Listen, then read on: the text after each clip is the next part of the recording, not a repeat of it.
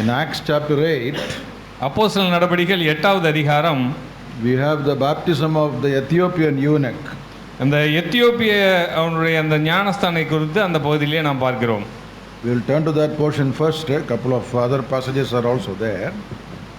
முதலாவதாக அந்த பகுதியை எடுத்துக்கொள்ளுங்கள், அதன் பிற்பாடு ஒரு சில காரியங்களை பார்க்கலாம். We will read from verse number 35 to 39. 35வது வசனத்திலிருந்து 39வது வசனம் வரை நாம் வாசிக்கலாம். இவ்விதமாய் அவர்கள் வழிநடந்து போகையில் தண்ணீருள்ள ஓரிடத்திற்கு வந்தார்கள். அப்பொழுது மந்திரி, இதோ தண்ணீர் இருக்கிறதே, நான் ஞானஸ்நானம் பெறுகிறதற்கு தடை என்ன என்றான். அதற்கு பிலிப்பு, நீர் முழு இருதயத்தோடும் விசுவாசித்தால் தடையில்லை என்றான். அப்பொழுது அவன் இயேசு கிறிஸ்துவை தேவனுடைய குமாரன் என்று விசுவாசிக்கிறேன் என்று சொல்லி இரதத்தை நிறுத்தச் சொன்னான். அப்பொழுது பிலிப்பும் மந்திரியும் ஆகிய இருவரும் தண்ணீரில் இறங்கினார்கள். பிலிப்பு அவனுக்கு ஞானஸ்நானம் கொடுத்தான். அவர்கள் தண்ணீரிலிருந்து கரையேறின பொழுது கர்த்தருடைய ஆவியானவர் பிலிப்பை கொண்டு போய்விட்டார். மந்திரி அப்புறம் அவனைக் காணாமல் சந்தோஷத்தோடே தன் வழியே போனான். The Lord bless the reading of His holy word. அந்த பரிசுத்தமான வேத வாக்கியங்களை நாம் வாசித்த இந்த பகுதியை கர்த்ததாமே நமக்கு ஆசீர்வதித்து தருவாராக. We know that story well, where the eunuch was baptized by Philip. இந்த பகுதி நமக்கு நன்றாக அறிந்த ஒரு பகுதி. அந்த பிலிப்புவானவர் அங்கே அவருக்கு ஞானஸ்தானம் கொடுத்ததை நாம் இங்கே பார்க்கிறோம். Before that, we understand from verse 35 that he preached the gospel, preached unto him Jesus. அங்கே 35வது வசனத்திலே நாம் வாசிக்கிறோம், பிலிப்பு அங்கே சுவிசேஷ செய்தியை அங்கே சொல்லுவதை நாம் பார்க்கிறோம். And on the way, eunuch himself is asking, here is water, why don't I get baptized? அங்கே அவன் ரதத்தை அங்கே தண்ணீரை கண்ட உடனே அவன் ரதத்தை நிறுத்த சொல்லி, இதோ தண்ணீர் இருக்கிறதே, நான் ஞானஸ்தானம் பெறுவதற்கு தடை என்ன என்று அவன் சொன்னதை பார்க்கிறோம். That means possibly Philip also included baptism truth along with the gospel.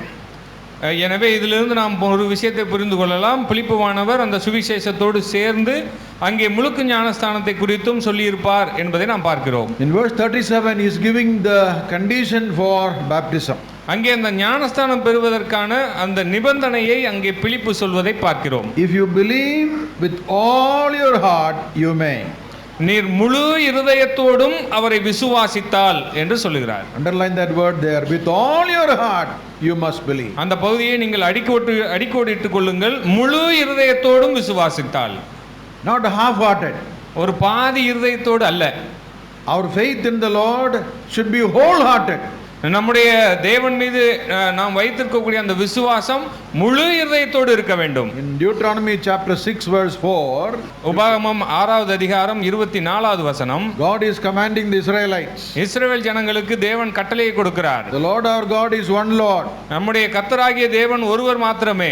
Love the Lord your God with all your heart, with all your soul, with all your might. உங்களுடைய முழு இருதயத்தோடும் முழு ஆத்மாவோடும் முழு வல்லமையோடும் நீங்கள் தேவனிடத்திலே அன்பு கூறுங்கள் என்று சொல்கிறார். Not only lip service. நம்முடைய அந்த உதட்டளவிலே சொல்லக்கூடிய அந்த காரியம் அல்ல. With all your might, that's including your body.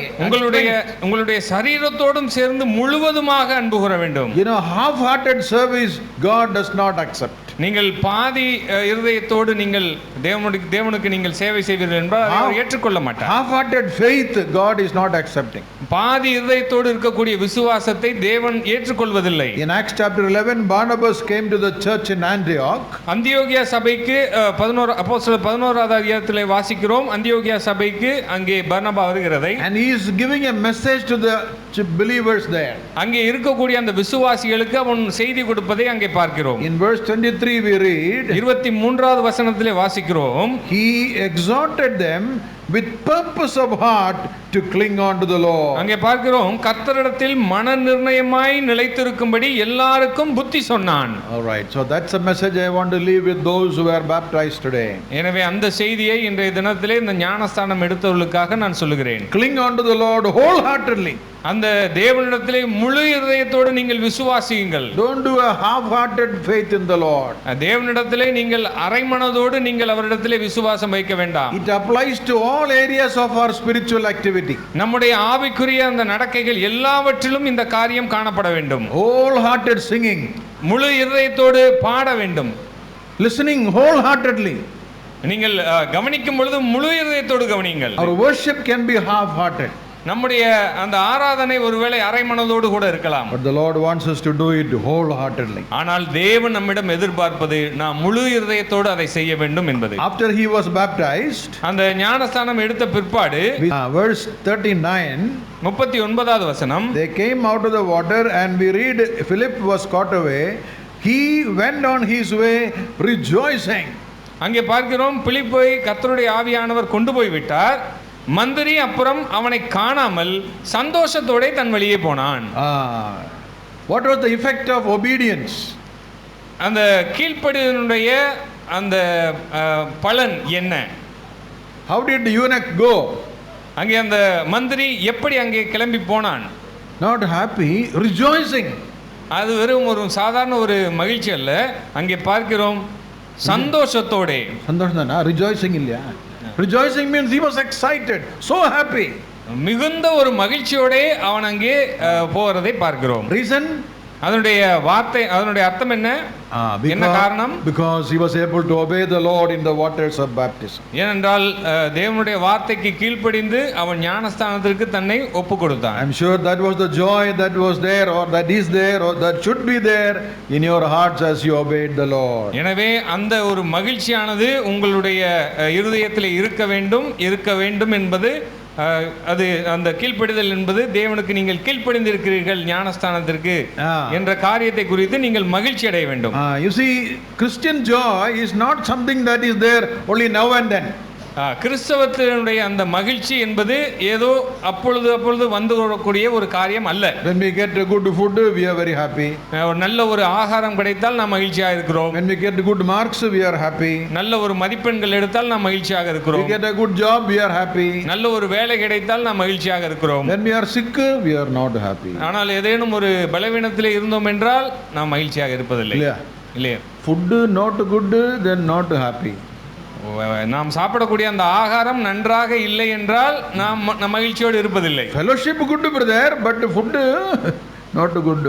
ஐக்கியம் நல்லதுதான், ஆனால் அந்த ஆகாரம் நல்லது இல்லையே. Sometimes this spiritual joy disappears because of physical circumstances. இந்த பார்க்கக்கூடிய இந்த சூழ்நிலையானது நம்முடைய ஆவிக்குரிய மகிழ்ச்சியை குறைத்து விடுகிறது. In Galatians chapter 5, கலாத்தியர் 5வது அதிகாரம் verse 22, 22வது வசனம், we read about the fruit of the Holy Spirit. அங்கே ஆவியின் கனியை குறித்து நாம் பார்க்கிறோம். We know that list very well. அந்த பட்டியல் நமக்கு நன்றாக தெரியும். சொல்லுங்க, memory words. Love. Number 2, joy. Joy is a fruit of the Holy Spirit. முதலாவது அன்பு, இரண்டாவது சந்தோஷம். சந்தோஷம் என்பது ஆவியின் கனி. The Spirit filling in you will produce joy. அங்கே உங்க ஆவிக்குரிய அந்த அன்பு அங்கே பெருகும் பொழுது உங்களுக்கு சமாதானம் வருகிறது, சந்தோஷம் வருகிறது. So if there is no joy on your face, உங்களுடைய முகத்திலே அந்த சந்தோஷம் இல்லை என்றால், if you are going with the long face, நீங்கள் ரொம்ப ஒரு கவலை தோய்ந்த ஒரு முகத்தோடு காணப்படுவீர்கள் என்றால், what is the sign? அதனுடைய அடையாளம் என்ன? That spirit is not filling you, not controlling. அந்த ஆவியானது உங்களை ஆளுகை செய்யவில்லை என்ற அர்த்தம். The fruit has to come from the root. அந்த ஆவியானது வேரிலிருந்து, கனியானது வேரிலிருந்து வர வேண்டும்.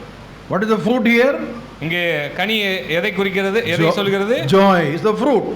சந்தோஷம் என்பது ஒரு கனி. Where is the root? அதனுடைய வேர் எங்கே இருக்கிறது? The filling of the Spirit. அது ஆவியிலே நிறையும் பொழுது. How can I be filled with Spirit? நான் ஆவியிலே நிறைவது எப்படி? When I am filled with the word of God. நான் தேவனுடைய வார்த்தையினாலே நிரப்பப்படும் பொழுது. And so if there is no joy, then there is something wrong with our spiritual life.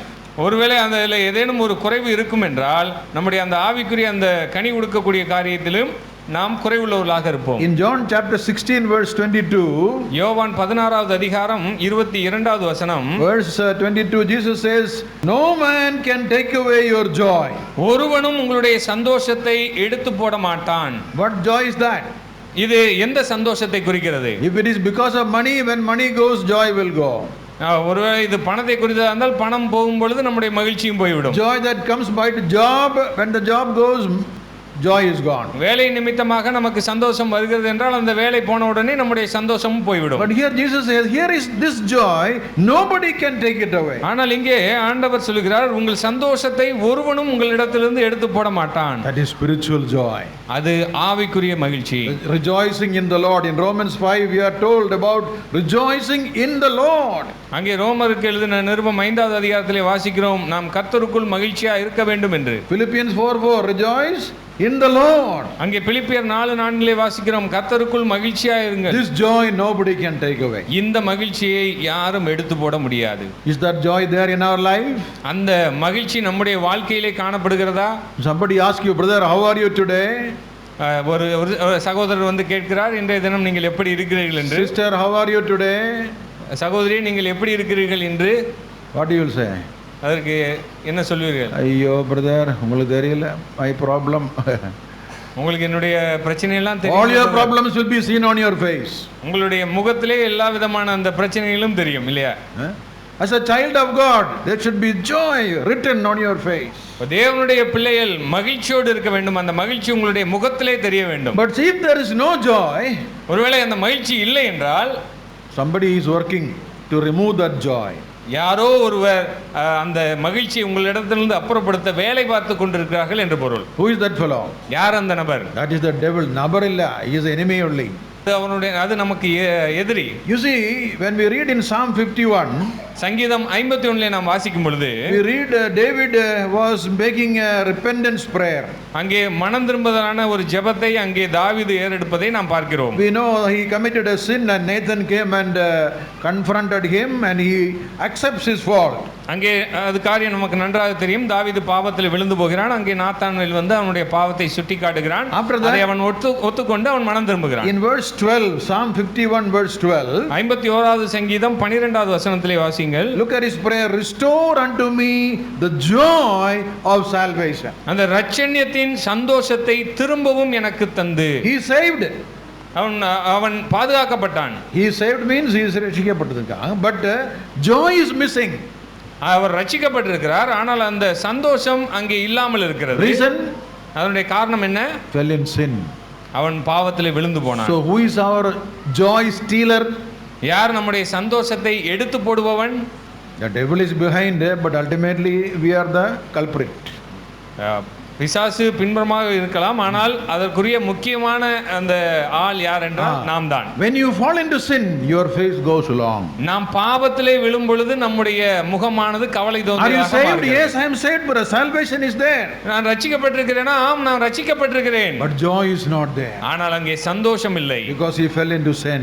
ஏனென்றால் அவன் அங்கே பாவத்திலே விழுந்து போறான். And so his prayer is, Lord, give me the joy of salvation. எனவேதான் அவன் அங்கே ஜெபிக்கிறான், தேவனே அந்த இரட்சணியத்தின் சந்தோஷத்தை திரும்பவும் எனக்கு தாரும். And so those of you who are baptized today, I am sure today you are joyful in the Lord. இன்றைய தினத்திலே நீங்கள் ஞானஸ்நானம் எடுத்திருக்கிறீர்கள், எனவே நிச்சயமாக நீங்கள் தேவனுக்குள்ளாக மிகுந்த மகிழ்ச்சியோடு இருப்பீர்கள் நான் நம்புகிறேன். May your joy no one take away. உங்களுடைய சந்தோஷத்தை ஒருவனும் எடுத்து போட முடியாது. Don't allow the devil to steal away your joy. உங்க பிசாசை அந்த சந்தோஷத்தை எடுத்து போடும்படியாக நீங்கள் அவனை அனுமதிக்காதீர்கள். Continue to be filled with the Spirit and produce the fruit of the Holy Spirit. ஆவியிலே நீங்கள் நிறைந்தவர்களாக தொடர்ச்சியாக அவருக்கு கனி கொடுக்கும்படியாக நீங்கள் வாழுங்கள். When we come to Acts chapter 2, அப்போஸ்தலர் 2வது அதிகாரத்துக்கு வாருங்கள். we have another baptism there. அங்கே மற்றொரு ஞானஸ்தானத்தை குறித்து நாம் பார்க்கிறோம். In Acts 8 we saw the baptism of Ethiopian eunuch. எத்தியோப்பிய மந்திரியினுடைய அந்த ஞானஸ்தானத்தை குறித்து அப்போஸ்தலர் 8வது அதிகாரத்திலே நாம் வாசித்தோம். In Acts 2 we have another baptism which is familiar to us. அங்கே அப்போஸ்தலர் 2வது அதிகாரத்திலே இங்கே ஒரு ஞானஸ்தானத்தை குறித்து நாம் பார்க்கிறோம். 41 and 42. 41வது வசனம், 42வது வசனம். அவனுடைய வார்த்தையை சந்தோஷமாய் ஏற்றுக்கொண்டவர்கள் ஞான ஸ்நானம் பெற்றார்கள். அன்றைய தினம் ஏறக்குறைய 3000 பேர் சேர்த்துக் கொள்ளப்பட்டார்கள். அவர்கள் அப்போஸ்தலருடைய உபதேசத்திலும் அந்நியோன்யத்திலும் அப்பம் பிட்குதலிலும் ஜெபம் பண்ணுதலிலும் உறுதியாய் கருத்திருந்தார்கள். Okay, this is the first gospel message Apostle Peter preached. இதுதான் அப்போஸ்தலனாகிய பேதுரு சொன்ன முதலாவது தீர்க்கதரிசன பகுதி. How many were saved? அங்கே எத்தனை பேர் ரட்சிக்கப்பட்டார்கள்? 3000 people. 3000 மக்கள். And 3,000 people were baptized. அந்த 3000 பேரும் ஞானஸ்தானம் எடுத்தார்கள். My goodness, what a long baptism that would have been. எவ்வளவு அருமையான ஒரு காரியம். அவர் அநேகர் ஞானஸ்தானம் எடுத்திருக்கார்கள். How long it would have taken? ஒரு எவ்வளவு நேரம் எடுத்திருக்கும் என்பதை Today for 8 people we took half an hour. 8 பேருக்கு இங்கே 30 நிமிஷம் ஆயிருக்கிறது. For 3,000 people I don't know how long. 3000 பேருக்கு எவ்வளவு நேரம் ஆயிருக்கும்? Maybe all the apostles are standing and keeping on baptizing, no? எல்லா அப்போஸ்தலர்களும் அந்த இடத்துல நின்று வரக்கூடிய எல்லோருக்கும் ஞானஸ்தானத்தை கொடுத்து கொண்டிருப்பார்கள். But who were baptized? ஆனால் யார் ஞானஸ்தானம் எடுத்தவர்கள்? Those who received the word were baptized. யார் தேவனுடைய வார்த்தையை ஏற்றுக்கொண்டார்களோ அவர்கள் ஞானஸ்தானம் எடுத்தார்கள். That means, அதனுடைய அர்த்தம், what is the word? The word refers to the Lord Jesus Christ. அந்த வசனம் எதை குறிக்கிறது? ஆண்டவராகிய இயேசு கிறிஸ்துவை In குறிக்கிறது. John 1:11 we are told he came unto his own, they did not receive him. அங்கே யோவான் 1வது அதிகாரத்தில் வாசிக்கிறோம், அவர் தமக்கு சொந்தமானதிலே வந்தார், ஆனால் அவர்களோ அவரை ஏற்றுக்கொள்ளவில்லை. But those who received him, to them he gave the power to become children of God. ஆனால் அவரை ஏற்றுக்கொண்டவர்கள் எத்தனை பேர்களோ அத்தனை பேர்களும் அந்த தேவனுடைய பலத்தை பெற்றுக்கொண்டார்கள். It is not simply some believing some truth, but believing the person of Jesus Christ. ஏதோ ஒரு சில சத்தியங்களை ஏற்றுக்கொள்வது அல்ல, அந்த நபரை முழுவதுமாக ஏற்றுக்கொள்வது. And then we read in verse 42, 42வது வசனத்திலே வாசிக்கிறோம், 4 things are mentioned. We know that very well. I am just repeating for our remembrance. அங்கே ஒரு 4 காரியங்கள் சொல்லப்பட்டிருக்கிறது, நமக்கு நன்கு அறிமுகமான காரியம், இருந்தாலும் மறுபடியும் நான் சொல்லுகிறேன். Apostles' doctrine, அப்போஸ்தலருடைய உபதேசம், fellowship, அந்யோன்யம், breaking of bread, அப்பம் பிக்குதல், and prayers. ஜெபம் பண்ணுதல். These are the 4 pillars of a spiritual life. ஆவிக்குரிய வாழ்க்கையிலே இந்த 4 தூண்கள் காணப்பட வேண்டும். Now before I look at those 4 things, here it says they continued steadfastly. அங்கே அவர்கள் தொடர்ச்சியாக அதிலே உறுதியாய் தரித்திருந்தார்கள் என்று பார்க்கிறோம். Continued. தொடர்ச்சியாக அவர்கள் அதிலே நிலைத்திருந்தார்கள். Not once in a while. ஏதோ ஒரு நாளிலே அல்ல, not in New Year and Christmas. ஏதோ ஒரு தடவை புது வருடத்திலோ அல்லது கிறிஸ்துமஸின் பொழுதோ அவர்கள் அதில் நிலைத்து. Not only on Sunday. ஞாயிற்றுக்கிழமை மாத்திரம் அவர்கள் அதில் நிலைத்திருக்கவில்லை. Continuity is a test of true discipleship. தொடர்ச்சியாக அந்த காரியங்களிலே அவர்கள் தரித்திருந்தார்கள். இந்த தொடர்ச்சியாக என்று காணப்படுவது அந்த சீஷத்துவனுடைய ஒரு அடையாளமாக இருக்கிறது. If you read John chapter 8 verse number 30 and 31. யோவான் 8வது அதிகாரம் 30 31வது வசனத்தை பார்ப்போம் என்றால், to those Jews who believed on him, Jesus said, verse 31, if you continue in my word, then you are my disciples indeed. இவைகளை அவர் சொல்லுகையில் அநேகர் அவரிடத்தில் விசுவாசம் வைத்தார்கள். இயேசு தம்மை விசுவாசித்த யூதர்களை நோக்கி, நீங்கள் என் உபதேசத்தில் நிலைத்திருந்தால் மெய்யாகவே என் சீஷராய் இருப்பீர்கள். Continuity. நிலைத்திருத்தல், தொடர்ச்சியாக அதிலே நிலைத்திருப்பது. Sometimes we become emotionally excited once in a while and then we become very very spiritual. ஒரு சில நேரங்களிலே நாம் அதிக உணர்ச்சி வசப்பட்டு அங்குமிங்குமாக சென்று கொண்டு திரும்பவும் இந்த இடத்திலே வந்து நாம் நிலைத்திருப்பதல்ல. We have a meeting like this or some special gathering, we are filled with the spirit and enthusiasm. ஏதோ நம்ம இதே போல ஒரு சிறப்பான கூடுகையோ அல்லது மற்ற கூடுகையின் பொழுதோ வரும் பொழுது அங்கே உணர்ச்சி வசப்பட்டு நாம் ஆவிக்குரிய நிலைமையிலே அதிகமாக காணப்பட்டு after a few days, ஒரு சில நாட்கள் கடந்த பிற்பாடு go down. நம்முடைய அந்த காரியம் குறைந்து போகும். Then again another meeting came, then again excited. மீண்டுமாக அடுத்த கூட்டத்துக்கு வரும் பொழுது நாம் மீண்டுமாக புத்துணர்ச்சி அடைகிறோம். Like this ECG reading, ECG reading, going up and down, going up and down. இது அந்த இருதய துடிப்பை பார்க்கக்கூடிய அந்த ECG-னுடைய காரியமாக இருக்கிறது. மேலே போகிறது, கீழே வருகிறது. This is not like that. Continuity. அது ஆனால் இது இந்த சீஷத்துவம் அப்படி அல்ல, தொடர்ச்சியாக அதிலே இருப்பது. Second word used there is steadfastly. That means with all earnestness. அங்கே பார்க்கிறோம் உறுதியாய் தரித்திருந்தார்கள். Yeah, that means they were not half-hearted again. They were earnest about it, zealous about it. அங்கே அது ஏதோ ஒரு அரை மனதோடு அல்ல, அதிலே உறுதியாய் தரித்திருந்தார்கள், முழு மனதோடு. You who were baptized, and of course for all of us, this is something to keep in our mind. எனவே இன்று ஞானஸ்நானம் எடுத்தவர்களாகட்டும் அல்லது மற்றவர்களாகட்டும் இந்த காரியத்தை உங்களுடைய மனதிலே நீங்கள் வைத்துக் கொள்ளுங்கள். 4 pillars of the church or 4 pillars of our spiritual life. சபையினுடைய 4 தூண்கள், அதே போல ஆவிக்குரிய நிலைமையிலே நம்முடைய வளர்ச்சியிலே 4 தூண்கள். Number 1, apostles teaching. அப்போஸ்தலனுடைய உபதேசம். What is apostles teaching? அப்போஸ்தல உபதேசம் என்றால் என்ன? Just imagine, after 3,000 people were saved, கற்பனை செய்து பாருங்கள், 3000 பேர் அங்கே ரட்சிக்கப்பட்டிருக்கிறார்கள். they are having meeting. அங்கே ஒரு கூடுகை வைக்கிறார்கள். And then apostles are teaching. அப்போஸ்தலர்கள் அங்கே அவர்களுக்கு போதிக்கிறார்கள். First apostle is coming, Apostle Peter. முதலாவது அப்போஸ்தலனாகிய பேதுரு வருகிறார். He is teaching. அவர் அங்கே உபதேசம் செய்கிறார். What he is teaching? அவர் என்ன உபதேசம் செய்கிறார்? What he will tell? என்ன சொல்லியிருப்பார்? Gospel, yeah, that is true. சுவிசேஷம். For 3.5 years they were with Jesus Christ. 3 வருடங்களாக ஆண்டவராகிய இயேசு கிறிஸ்துவோடு கூட அவர் இருந்திருக்கிறார். Whatever they saw and heard, they are telling. அவர்கள் எதை பார்த்தார்களோ, அவர் என்ன அந்த வார்த்தையை சொன்னாரோ அதை அவர்களுக்கு சொல்லியிருப்பார். Yes or no? இல்லையா? Or some theology, yeah? அல்லது ஏதேனும் ஒரு தேவ இயலா? All about Jesus. இயேசு கிறிஸ்துவை குறித்து. Yes or no? சரியா? First period over. முதலாவது அந்த பாட வேலை முடிந்தது. One message over. ஒரு செய்தி முடிந்தது. After Peter, James is coming. அதன் பிற்பாடு யாக்கோபு வருகிறார். What he will be speaking? அவர் என்ன பேசியிருப்பார்? He may think, okay, Peter spoke about Jesus, I will speak about somebody else. ஏதோ பேதுரு இயேசு கிறிஸ்துவை குறித்து பேசினார், நான் வேற ஒரு நபரை குறித்து நான் பேசுகிறேன். பேசியிருப்பாரா? அப்படி சொல்லியிருப்பாரா? Again, he is also telling 3.5 years, whatever he saw, whatever he heard from Jesus. அவரும் அதே போல 3 வருடங்களாக ஆண்டவராகிய இயேசு கிறிஸ்துவோடு இருந்த கண்ட காரியங்களையும் அவர் கேட்ட காரியங்களையும் அவர் அங்கே சொல்லியிருப்பார். 2 periods are over. 2 பாட வேளைகள் முடிந்தது. After 2 periods break, tea break. 2 பாட வேளை முடிந்த பிற்பாடு தேநீர் இடைவேளை. Then comes third teacher. மூன்றாவதாக ஒரு ஆசிரியர் வருகிறார். Peter, James, John is coming. அடுத்ததாக யோவான் வருகிறார். What subject he will teach? அவர் என்ன ஒரு பாடம் எடுத்திருந்திருப்பார்? Same subject. ஒரே பாடம். காலையில இருந்து இதான் கேட்டுட்டு இருக்கோம், மறுபடியும் same subject. Fourth period, same thing. Somebody else, Matthew is coming. இதே போல 4வது பாட வேளை ஒரு மத்தேயு வருகிறார். Till evening their classes are going only about Jesus, Jesus, Jesus, Jesus. மாலை வரை அந்த பாடங்கள் சென்று கொண்டே இருக்கிறது. எல்லா பாடவேளையிலும் இயேசுவை மட்டுமே அவர்கள் சொல்லிக் கொண்டிருக்கிறார்கள். That's a foundation. That's a foundation. அதுதான் அங்கே அஸ்திபாரமாக இருக்கிறது. Learning lot of things about Jesus is not important.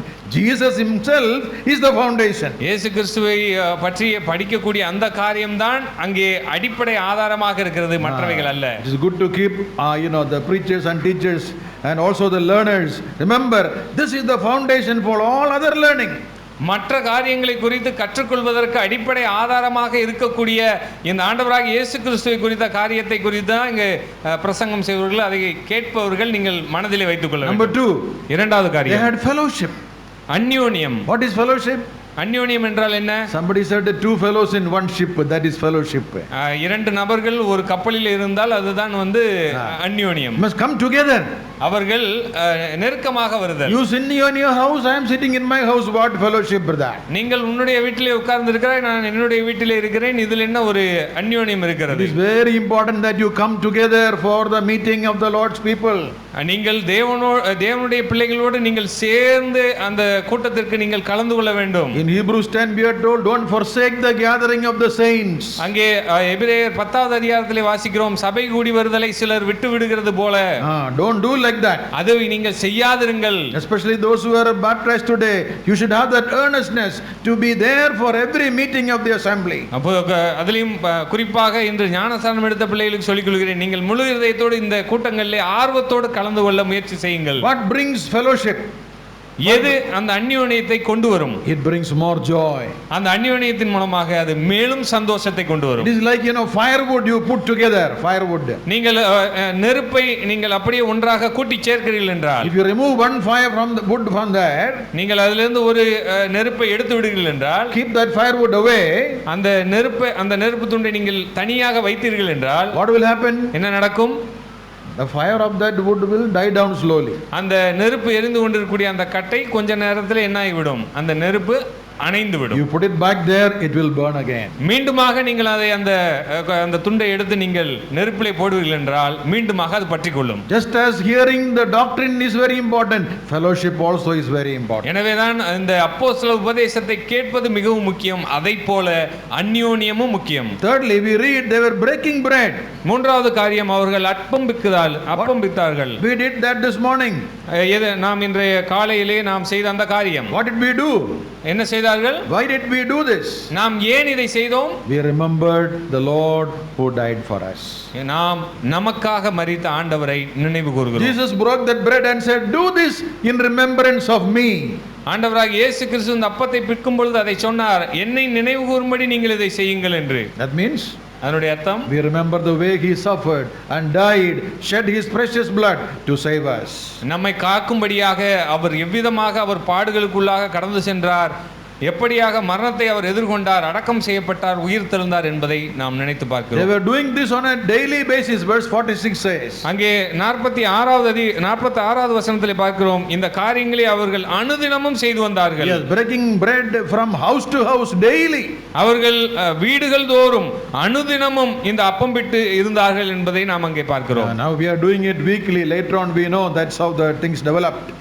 ஆனால் நாம் வாரத்தின் முதலாம் நாள் ஒரு நாள் இந்த காரியத்தை நாம் செய்து வருகிறோம். அது எவ்விதமாக வந்தது என்பதை குறித்து நாம் அறிவோம். They did that daily, but they never got bored about it. They continued doing it. ஆனால் இங்கே பார்க்கிறோம், அவர்கள் அனுதினமும் அந்த காரியங்களை செய்து வந்தார்கள். அதன் காரணமாக அவர்கள் சலிப்படையவில்லை. Remembering the one who remembered us.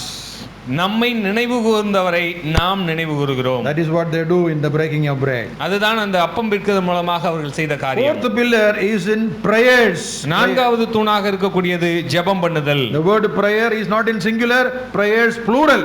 அங்கே ஜெபம் என்பது ஒருமையில் சொல்லப்படவில்லை, ஜெபங்கள் என்று பன்மையிலே சொல்லப்பட்டிருக்கிறது. When we study about prayer, we know there is intercession, there is pleading, there is supplication, there is worship, thanksgiving. All these are part of our prayer. இந்த ஜெபத்திலே ஆண்டவருக்காக நாம் துதிப்பது, அவருக்கு நன்றி செலுத்துவது, அவரை போற்றுவது என்ற காரியங்கள் எல்லாம் அடங்கிய காரியமாக ஜெபம் இருக்கிறது. Especially the young people who are baptized today, I want to challenge them. Find time to spend in the presence of God. அங்கே இந்த ஞானஸ்நானம் எடுத்த அந்த பிள்ளைகளுக்கு இந்த ஒரு சவாலான ஒரு விஷயத்தை சொல்கிறேன். நீங்கள் ஜெபத்திலே நீங்கள் தொடர்ச்சியாக நீங்கள் தரித்திருங்கள். A prayerful Christian is a powerful Christian. ஜெபத்திலே தரித்திருக்கக்கூடிய கிறிஸ்தவர்கள் வல்லமை நிறைந்த கிறிஸ்தவர்களாக இருப்பார்கள். A prayerless Christian is a powerless Christian. ஜெப வாழ்க்கை இல்லாதவர்கள் வல்லமை இல்லாதவர்களாக இருப்பார்கள். The first century they found time, even though they were busy with 3,000 believers, later 5,000, still they continued steadfastly in prayer. இந்த முதலாம் நூற்றாண்டிலே பார்த்த அந்த கிறிஸ்தவர்களை குறித்து நாம் பார்க்கும் பொழுது முதலாவதாக 3000 பேர் வந்தார்கள், அதன் பின்பு 5000 ஆனது. ஆனாலும் அவர்கள் தொடர்ச்சியாக அந்த ஜெபத்திலே தரித்திருந்தார்கள். When we become too busy, as the numbers grow or as we become busy in our world, some of the spiritual things will get sacrificed. நாம் மற்ற காரியங்களிலே நாம் அங்கே அலுவலிலே அதிகமாக இருக்கும் பொழுது நம்முடைய இந்த ஆவிக்குரிய காரியம் குறைந்து போகாமல் இருக்க வேண்டும். 3,000 people were saved and baptized. 3000 பேர் அங்கே ரட்சிக்கப்பட்டார்கள். They continued steadfastly in 4 things. அவர்கள் உறுதியாய் இந்த 4 காரியங்களை தொடர்ச்சியாய் தரித்திருந்தார்கள். Teaching of the apostles, அப்போஸ்தலனுடைய உபதேசம், fellowship, அந்யோன்யம், breaking of bread, அப்பம் பிக்குதல், and in prayers. அது ஜெபம். May that happen and continue to happen for all of us, particularly those who were baptized today. இந்த 4 காரியங்களிலும் நாம் தொடர்ச்சியாக நாம் அதிலே நிலைத்தவர்களாக இருக்க வேண்டும். குறிப்பாக இந்த ஞானஸ்நானம் எடுத்தவர்கள் இதிலே நீங்கள் மனதிலே வைத்து இருக்க வேண்டும். In Acts chapter 8 we saw the baptism of Ethiopian eunuch. அங்கே அந்த எத்தியோப்பியன் ஆகிய அந்த கந்தாய மந்திரியினுடைய அந்த ஞானஸ்தானத்தை அப்போஸ்தலர் 8வது அதிகாரத்திலே நாம் வாசித்தோம். He went rejoicing, we saw. அவன் மகிழ்ச்சியோடு தன் வழியே போனான் என்பதை In Acts பார்த்தோம். chapter 2 we saw the 3,000 who were baptized. அங்கே அப்போஸ்தலர் 2வது அதிகாரம் அங்கே 3000 பேருக்கும் அதிகமானோர் ஞானஸ்தானம் எடுத்ததை பார்த்தோம். They continued steadfastly in 4 things. அவர்கள் 4 காரியங்களிலே உறுதியாய் தரித்திருந்தார்கள் என்பதை குறித்தும் பார்த்தோம். Now let's look at one more baptism. இன்னொரு ஞானஸ்தான பகுதியை கூட நாம் பார்க்கலாம். Very familiar from Matthew's gospel. மத்தேயு நற்செய்தி நூலிலே காணப்படக்கூடிய மிகவும் ஒரு பிரபலமான ஒரு காரியம். Chapter 3, the baptism of Jesus himself. ஆண்டவராகிய இயேசு கிறிஸ்துவினுடைய ஞானஸ்தானத்தை குறித்து மத்தேயு 3வது அதிகாரத்திலே பார்க்கிறோம். We read that he was baptized, the heavens were opened. Verse 16, heavens were opened, the Spirit of God descending upon him.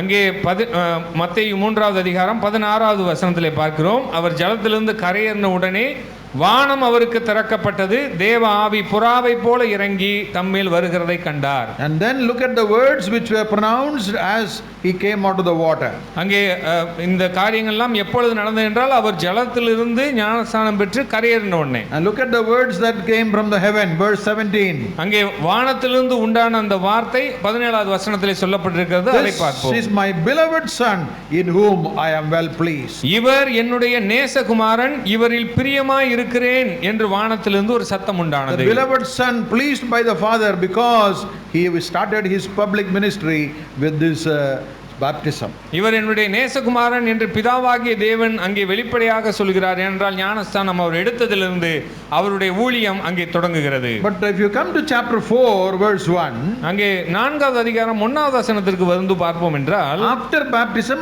of Jesus what happened? இயேசு கிறிஸ்துவினுடைய ஞானஸ்தானத்துக்கு பிற்பாடு என்ன நடந்தது? What happened? என்ன நடந்தது? Verse 1.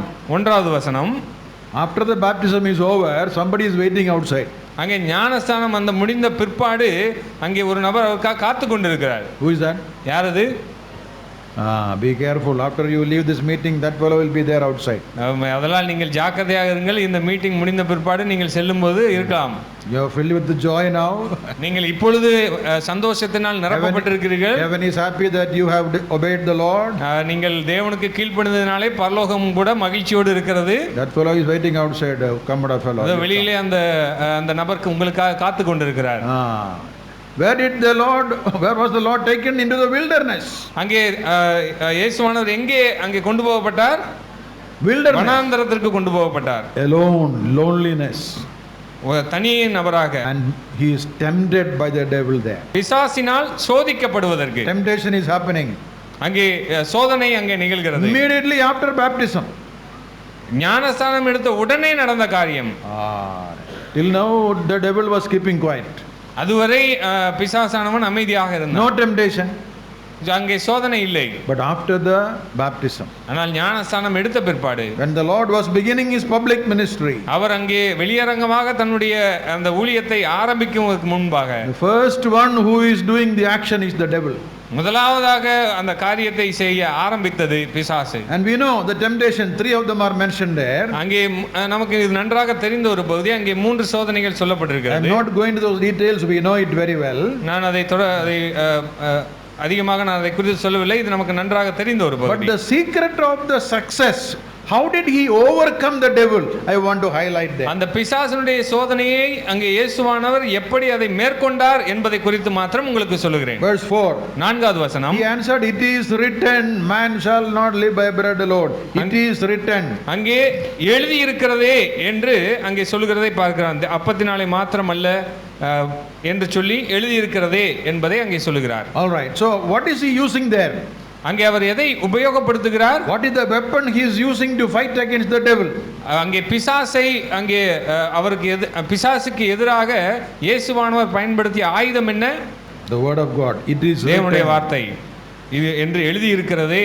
The word of God is the sword of the spirit, we are told in Ephesians chapter 6. எபேசியர் 6வது அதிகாரத்திலே நாம் வாசிக்கிறோம், ஆவியினுடைய பட்டயம் வேத வசனம் என்று பார்க்கிறோம். That is the same sword, same instrument, weapon that we can use even today. இந்த நாளிலே அதே அந்த வாளை, அந்த ஆயுதத்தை நாமும் கூட பயன்படுத்த முடியும். You know, when the devil was tempting Jesus, he did not have the Bible with him to say, okay, wait, I am turning to that verse, Deuteronomy chapter 6. No, he didn't have the Bible. இயேசுவானவர் அங்கே சோதனைக்குள்ளாக போகும் பொழுது ஏதோ கொஞ்ச நேரம் காத்திரு, நான் இந்த வேதத்தில் அந்த பகுதியை நான் திருப்பிக் கொண்டு அதை நான் வாசிக்கிறேன் என்று சொல்லி உபாகமம் என்று சொல்லி அங்கே வாசிக்கவில்லை. He knew it by heart. அவர் அங்கே தன்னுடைய மனதிலே அவர் முழுவதுமாக அறிந்திருந்தார். He is quoting from memory. அவர் மனப்பாடமாக அந்த பகுதியை அவர் தெரிந்து வைத்திருந்தார். You young guys, you should do this, quote the memory verses or have the verses from scripture in your heart. Bible says, your word I hid in my heart that I may not sin against you.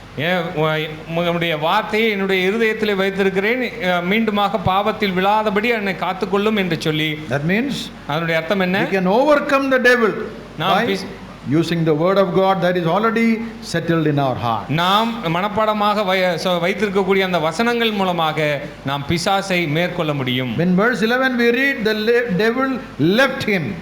அங்கே 11வது வசனத்திலே பார்க்கிறோம், உடனே பிசாசானவர் அவரை விட்டு விலகி போனான். In Luke chapter 4 we read the devil left him for a season, only for some time.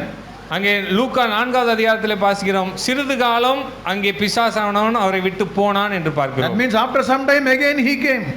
அந்த சிறிது காலத்துக்கு பிற்பாடு மீண்டுமாக அந்த பிசாசு அங்கே வருவான் என்பதைத்தான் அதை குறிக்கிறது. So don't think because you overcame once, okay, I have finished now, the devil will leave me and go. எனவே ஒரு தடவை நீங்கள் அந்த பிசாசனுடைய சோதனையை மேற்கொள்ளும் பொழுது நீங்கள் இப்படி சொல்லக்கூடாது, இதோ நான் பிசாசை மேற்கொண்டு விட்டேன், இனி அவன் என்னுடைய வாழ்க்கையிலே வரமாட்டான் என்று. Yes, this temptation that comes into us is a daily confrontation. இந்த சோதனையானது நம்முடைய வாழ்க்கையிலே ஒருவேளை அனுதினமும் வரக்கூடிய காரியமாக இருக்கும். But how can we overcome? ஆனால் நாம் அதை எப்படி மேற்கொள்ள வேண்டும்? In John 16 we are told, verse 33, I have overcome the world. அப்போ யோவான் 16வது அதிகாரத்திலே சொல்லப்பட்டிருக்கிறது, ஆண்டவர் இதோ நான் உலகத்தை ஜெயித்தேன். Yes, verse 33. 33வது வசனம், I have overcome the world. நான் உலகத்தை ஜெயித்தேன். World is our enemy. உலகம் நம்முடைய எதிரியாக இருக்கிறது. Flesh is our enemy. மாம்சம் நம்முடைய எதிராளியாக இருக்கிறது. We know how the devil is also acting against us. உங்களுக்கு நன்றாக தெரியும் அந்த பிசாசானவனும் எப்படி நமக்கு விரோதமாக செயல்படுகிறான் என்பது. In 1 John chapter 2 we are told about the flesh, the desires of the flesh, the desires of the eyes and the pride of life. அங்கே 1 யோவானிலே நாம் வாசிக்கிறோம், மாம்சத்தின் இச்சை, கண்களின் இச்சை, ஜீவனத்தின் பெருமை. Yes, these are things that work against us. இந்த காரியங்கள்லாம் நமக்கு விரோதமாக செயல்படக்கூடியவைகள். Apostle Paul says, in this flesh nothing good, I want to do something good but I do evil. இந்த மாம்சத்திலே இருக்கும் பொழுது நான் அந்த நன்மையை செய்ய வேண்டும் என்று நினைக்கிறேன், ஆனால் என்னால் செய்ய முடியவில்லை என்று அப்போஸ்தலனாகிய பவுலும் சொல்கிறார். If Jesus Christ has conquered the devil, அங்கே ஆண்டவராகிய இயேசு கிறிஸ்து அந்த பிசாசை ஜெயித்தார். through Christ and in Christ we are more than conquerors. நாம் கிறிஸ்துவுக்குள்ளாக, கிறிஸ்துவின் மூலமாக அவனை இன்னும் மேற்கொள்ள முடியும். In Romans 8 we are told that through Christ we are more than conquerors. 8:37. ரோமர் 8வது அதிகாரம் 37வது வசனம், We are more than conquerors through the Lord Jesus Christ. நாம் முற்றும் ஜெயங்கொள்கிறவர்களாக இருக்கிறோம் கிறிஸ்துவின் மூலமாக. How can we do that? நாம் அதை எப்படி செய்ய முடியும்? Not by our merit or by our own strength. நம்முடைய பலத்தினாலோ நம்முடைய திறமையினாலோ அல்ல. In 1 John 5 we are told, how can we overcome? It is by our faith in the Lord. நாம் அதை எப்படி மேற்கொள்வோம்? நாம் தேவன் மீது கொண்டிருக்கக்கூடிய விசுவாசத்தினாலே. Verse 4 says that. 1 John 5:4. 1 யோவான் 5வது அதிகாரம் 4வது வசனம், தேவனால் பிறப்பதெல்லாம் உலகத்தை ஜெயிக்கும், நம்முடைய விசுவாசமே உலகத்தை ஜெயிக்கிற ஜெயம். Yes, not by our merit, not by our own strength, நம்முடைய but by our திறமையோ, faith in the Lord. நம்முடைய திறமையோ நம்முடைய அந்த வல்லமையோ அல்ல, தேவனாலே ஆகும். We are happy in the Lord. நாம் தேவனுக்குள்ளாக மனமகிழ்ச்சியாக இருக்கிறோம். Our family, our assembly is happy in the Lord because you obeyed the Lord in the waters of baptism. நீங்கள் இந்த தண்ணீர் திருமுழுக்கிற்கு நீங்கள் கீழ்ப்படிந்ததினாலே உங்களுடைய குடும்பம் மகிழ்ச்சியாக இருக்கிறது, சபை மகிழ்ச்சி அடைகிறது. But remember, the devil is not happy about what you have done. ஆனால் நீங்கள் இந்த செய்த இந்த காரியத்தினாலே பிசாசானவன் மகிழ்ச்சியாக இல்லை. அதை He will try to trap us somewhere and make us to fall into sin. அவன் உங்களுடைய வாழ்க்கையிலே கண்ணிகளை வைத்துக் கொண்டிருப்பான், உங்களை எப்படியாவது வீழ்த்த வேண்டும் என்பதாக. And we have to be watchful. எனவே நீங்கள் ஜாக்கிரதை உள்ளவர்களாக கவனித்துக் கொள்ளுங்கள். Careful that we don't fall into the devices of the devil. அந்த பிசாசனுடைய அந்த காரியங்களை நாம் விழுந்து போகாத வகையிலே நாம் எச்சரிக்கையோடு இருக்க வேண்டும். We can claim victory through the Lord Jesus. நாம் இயேசு கிறிஸ்துவின் மூலமாக நாம் ஜெயத்தை பெறுகிறவர்களாக இருக்க முடியும். Claim victory through the word of God. அந்த ஜெயத்தை தேவனுடைய வார்த்தையின் மூலமாக பெற்றுக்கொள்ளுங்கள். Go to the presence of God and get that spiritual energy to continue our spiritual life. தேவனுடைய சமூகத்திலே நீங்கள் தொடர்ச்சியாக நிலை நின்று அதிலே நீங்கள் ஜெயங்கொள்ளுவர்களாக இருங்கள். The presence of God, தேவனுடைய அந்த சமூகம், the word of God, தேவனுடைய வார்த்தை and the people of God. தேவ ஜனங்கள். I want to put those three together as I close this message. இந்த மூன்று காரியங்களையும் நான் ஒன்றாக இங்கே வைக்க விரும்புகிறேன். Don't forget the presence of God. எனவே தேவனுடைய அந்த சமூகத்தை நீங்கள் மறந்து விடாதீர்கள். Your time for prayer, உங்களுடைய ஜெபத்திற்கான நேரம், your time for the word of God, உங்களுடைய தேவ வசனத்தை வாசிப்பதில் உங்களுக்கான நேரம், and your time for the people of God. இந்த தேவ மனிதர்களோடு இருக்கக்கூடிய அந்த ஜனங்களோடு இருக்கக்கூடிய நேரம். We saw eunuch who was baptized, he went away rejoicing. அங்கே அந்த கந்தாய மந்திரி ஞானஸ்தானம் எடுத்த பிற்பாடு சந்தோஷத்தோடு போனான். Let your joy continue.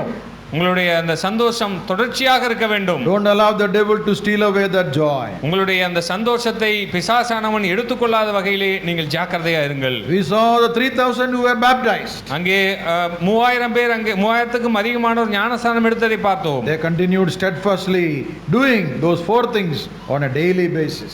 அவர்கள் அனுதினமும் அந்த ஒரு 4 காரியங்களிலே தொடர்ச்சியாக அவர்கள் நிலைத்திருந்தார்கள் என்பதை பார்த்தோம். Very important thing, 4 things. Even if you forget everything else, remember those 4 things. இந்த 4 காரியங்கள் மிக முக்கியமான காரியங்கள். மற்ற காரியங்களை கூட நீங்கள் மறந்துக்கலாம், ஆனால் இந்த 4 காரியங்கள் மிக முக்கியமானது. When Jesus was baptized, ஆண்டவராகிய இயேசு கிறிஸ்து அங்கே ஞானஸ்நானம் எடுத்த பொழுது he was led into the wilderness. அவர் வனாந்தரத்திற்கு கொண்டு போகப்பட்டார். When you are lonely, when you are alone, remember that's the time the devil will attack us. நீங்கள் தனிமையில் இருக்கும்போது நீங்கள் ஒரு காரியத்தை நீங்கள் நினைத்துக் கொள்ளுங்கள், அதுதான் பிசாசிற்கு ஏற்ற நேரமாக இருக்கிறது. An idle mind is a devil's workshop. அங்கே சும்மா இருக்கக்கூடிய அந்த மனது பிசாசனுடைய தொழிற்சாலையாக இருக்கிறது. Keep yourself occupied with the word of God. உங்களுடைய மனமானது தொடர்ச்சியாக வேத வசனத்திலே நிரப்பப்படும்படியாக நீங்கள் ஜாக்கிரதையா இருங்கள். In the presence of God. தேவனுடைய சமூகத்திலே இருக்கும்படியாக நீங்கள் ஆசைப்படுங்கள். And in the fellowship of the people of God. தேவ பிள்ளைகளோடு, தேவ ஜனங்களோடு நீங்கள் ஐக்கியம் உள்ளதை விரும்புவர்களாக இருங்கள். It is our prayer and desire that especially those who are baptized today will be mighty vessels and weapons used for the extension of the kingdom of God. எனவே இங்கே இந்த ஞானஸ்நானம் எடுத்தவர்கள் குறிப்பாக இந்த தேவனுடைய ராஜ்யம் இன்னும் அதிகமாக வல்லமையாக கட்டப்படும்படியாக நீங்கள் இந்த காரியங்கள் எல்லாம் ஜாக்கிரதையாக இருந்து செயல்பட வேண்டும் என்று நாங்கள் உங்களுக்காக ஜெபிக்கிறோம். அதுதான் எங்களுடைய ஆசையாகவும் இருக்கிறது. Not only those who are baptized today, but those who are baptized earlier, and for those who are looking forward to baptism also. Think of the values that are attached to the obedience of the word of God. எனவே இன்று ஞானஸ்நானம் எடுத்தவர்கள் மாத்திரமல்ல, இதற்கு முன்பாக ஞானஸ்நானம் எடுத்தவர்களாகட்டும் அல்லது இனிமேல் ஞானஸ்நானம் எடுக்க ஆயத்தமாக இருக்கிறவர்களாகட்டும், இந்த காரியங்கள் எல்லாம் நீங்கள் சிந்தித்து பாருங்கள். May the Lord bless these words for our hearts. எனவே நமக்கு பிரயோஜனமாக தேவன் இந்த வசனங்களை ஆசீர்வதித்து தருவாராக. May His name be glorified. தேவனுடைய திருநாமம் மாத்திரம் மகிமைப்படுவதாக.